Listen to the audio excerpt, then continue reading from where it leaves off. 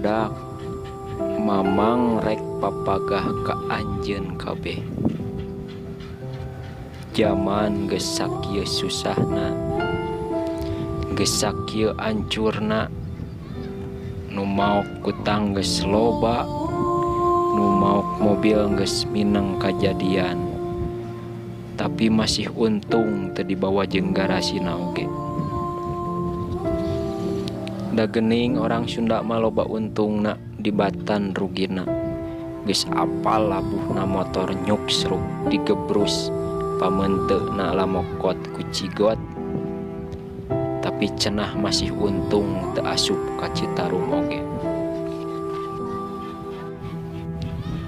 Barudak cing pinter tur bener, cing jujur tong bohong, ulah nganyerikeun batur, ngarah hirup loba dulur.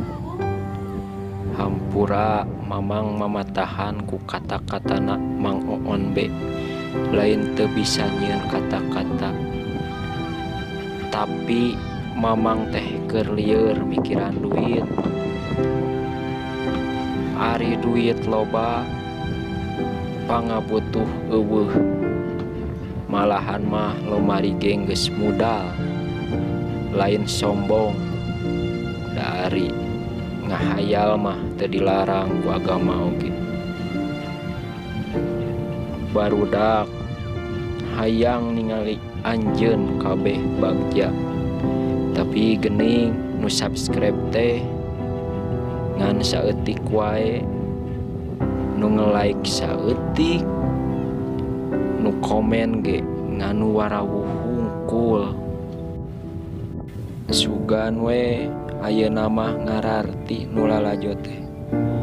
Mere subscribe, like, komen, ngahurungkeun loncengna, komo bari ngabagikeun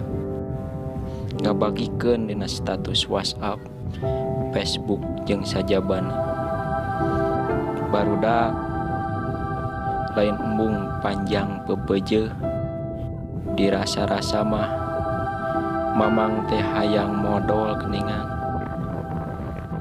Sakieu heula barudak jaga cing sarukses anjeun kabeh, nalang kanu jadi kolot, nyieun kolot ceurik bahagia.